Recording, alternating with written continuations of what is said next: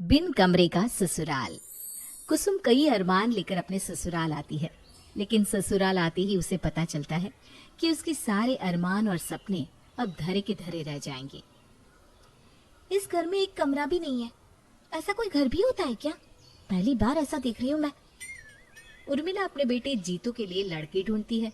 तभी पड़ोस की एक औरत रेनू उससे कहती है, मेरी बातों का बुरा मत मानना। जिसे भी पता होगा तेरे घर में एक कमरा है, वो अपनी बेटी तेरे घर में कभी नहीं देगा। इसलिए तू अब लड़की वालों को ये बताना ही मत कि तेरे घर में कमरा नहीं है।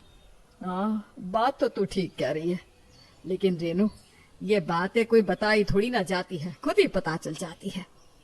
तू एक काम करना, शादी लड़की के इलाके में ही करना, हमारे शहर में करना ही मत। और रिश्ता होने से पहले लड़की वालों को अपने घर आने ही मत देना। कोशिश करना कि लड़की गांव की हो, जो ज्यादा तेज और उंगली बाज ना हो। हाँ, ये सही है, मैं ऐसा ही करूंगी। दिन बीतने लगते हैं। उर्मिला पर्दों की मदद से एक कोना घेर देती है, जिसे वो कमरे का नाम दे देती है। ये किसी कमरे से कम थोड़ी ना लग रहा है। इसमें मेरी बहू और जीतू रहेंगे। माँ, अब ये क्या, फिर से पर्दे? पहले इस घर में पर्दे कम थे क्या, जो आज फिर एक और लग गया? अरे बेटा, अब भाभी आएगी तो उसके लिए कोई इंतजाम तो करना पड़ेगा ना। क्या माँ, इससे तो अच्छा एक कमरा ही बनवा दो। एक हमारा ही घर है जहाँ एक कमरा भी नहीं है। अपने दोस्तों को घर बुलाने में मुझे कितनी शर्म आती है, पता है? अरे रहने दे, रहने दे। तेरे दोस्त कौन से कहीं के सेठ है, खुद तो सबके सब कंगाल पड़े हैं। महक कॉलेज जाती है। तभी एक रोज गांव से कुसुम का रिश्ता जीतू के लिए आता है।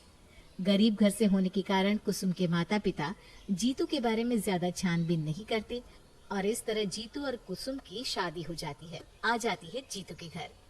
पहले ही दिन जब कुसुम अपने ससुराल में कदम रखती है और उसे वहाँ एक भी कमरा नहीं दिखाई देता, तो उसके अरमानों पर पानी फिर जाता है और वो अपने मन में कहती है, इस घर में एक कमरा भी नहीं है। ऐसा कोई घर होता भी है क्या? पहली बार देख रही हूँ मैं ऐसा। बहू, किस ख्याल में खो गई तू? देख, ये तेरा कमरा है, आराम कर ले बेटा। तभी पड़ोस की एक औरत दबी हंसी हंसती हुई कहती है, कमरा या पर्दे की दुकान?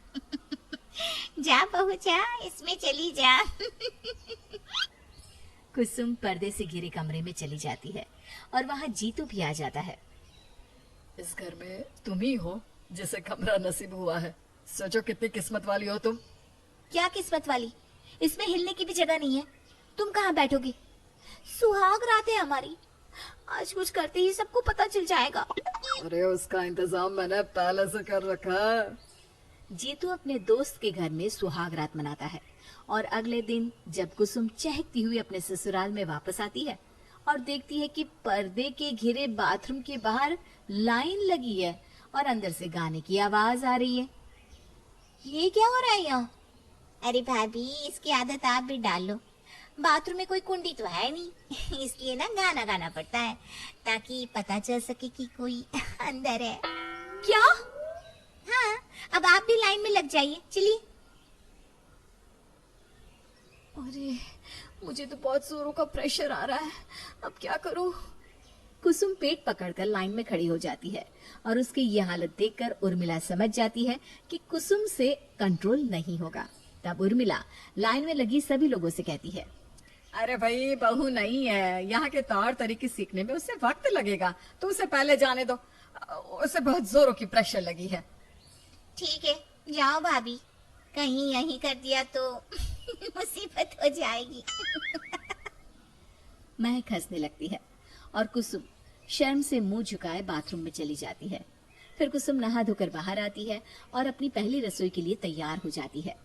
बहू, आ, मैं तुझे रसोई में ले चलती हूँ। उर्मिला ने घर के एक हिस्से को रसोई बना रखा है, जहाँ ना कोई दरवाजा है ना ही पर्दे। तेरा ससुराल ना बड़ा अनोखा है बहू। ऐसा कोई घर देखा भी है जहाँ ऐसी रसोई हो? तू चुप कर और जा यहाँ से। मेरे घर में आग मत लगा। मुझे पता है जीतू की शादी से सब जल रहा है। कुसुम मुंह झुकाए कुछ नहीं कहती और जमीन पर बैठकर खाना बनाना शुरू कर देती है और मन ही मन कहती है, लगता है सड़क पर बैठकर खाना बना रही हूँ। इससे तो अच्छा मैं ठेला लगाना शुरू कर देती। घूम घूम कर सामान बेचूंगी तो कुछ कमाई तो हो जाएगी। कुसुम खाना तैयार करती है और सभी लोग जमीन पर बैठते हैं। कुसुम के हाथ का खाना खाकर सब वाह वाह करते हैं। इतना स्वाद खाना कितने दिनों के बाद खाने को मिला है। जरूरत से ज्यादा खा लिया, लगता है पेट फट जाएगा। अरे कंगालों की तरह क्यों खा लिया इतना? पेट खराब हुआ तो देखना तुम्हारी खैर नहीं। ऐसे ही यहाँ बाथरूम की मारामारी होती रहती है। सभी खाना खाकर वहीं सो जाते हैं। तभी महक कहती है, भाभी, क्या आपको हमारा घर स्टेशन के प्लेटफॉर्म की तरह नहीं लगता, जहाँ एक तरफ कोई खा रहा है, दूसरी तरफ कोई सो रहा है। कोई दीवार, कोई पार्टीशन नहीं। अरे भाभी, चुप क्यों हो, बोलो भी। यहाँ कुछ हो या ना हो, लेकिन बोलने की पूरी आजादी है। क्या ही बोलूं दीदी, मेरे मायके में तो 5-5 कमरे हैं और यहाँ एक भी कमरा नहीं। मेरे मम्मी पापा कभी यहाँ आएंगे तो कहाँ रहेंगे? अरे बहू, तू उसकी चिंता छोड़ दे। उसके लिए पड़ोस का घर है ना, वो कब काम आएंगे। पर माँ जी, यहाँ तो पड़ोसने भी ताना मारने से नहीं चुकती। दिन यूं ही बीतने लगते हैं। पड़ोस की औरतें बातें बनाने लगती कि कुसुम बांझ है। उर्मिला बहू तो ले आई, लेकिन उसके घर में कभी बच्चे की किलकारी नहीं गूंजेगी। बहू को आए इतने दिन हो गए, लेकिन अभी तक कोई अच्छी खबर ही नहीं दी। उसके घर में बहू आ गई, ये कोई छोटी बात नहीं है। ये सुनकर उर्मिला का खून जल जाता है और वो दौड़ती हुई अपने घर आकर कुसुम से कहती है, बहू कान खोल के सुन ले, मुझे अब पोता पोती चाहिए। माँ जी, आज तक मैंने कुछ नहीं कहा, लेकिन ये सुनकर मेरे सब्र का बांध भी टूट गया। इस घर में एक भी कमरा नहीं है, कहाँ से होगा मुझे बच्चा? शादी की पहली रात के बाद हम एक कमरे में साथ ही नहीं रहे, इसमें मेरी क्या गलती है? वो मर्दों के साथ सोते हैं और मैं आप लोगों के साथ। अरे वो सब तू जाने, मुझे तो बच्चा चाहिए बस। ठीक है, फिर अब कुछ भी मैं करूं तो बोलने मत आइएगा आप।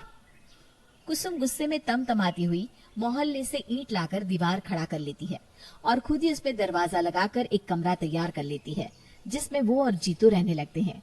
कुछ ही दिन में कुसुम के माँ बनने की खबर उर्मिला को मिलती है और वो खुशी से मोहल्ले भर में मिठाई बांटती है। बहू, मुझे माफ कर दे, मैंने तुझसे क्या कुछ नहीं कहा। बस अब तेरे ही कारण इस घर को वारिस मिल रहा है। ऐसा मत कहिए माँ जी, आपकी उस दिन की बात से ही मेरा बिन कमरे का ससुराल एक कमरे के ससुराल में बदल गया। सभी हंसने लगते हैं। इस वीडियो को लाइक करें, हमारे चैनल को सब्सक्राइब कर बेल आइकन जरूर प्रेस करें।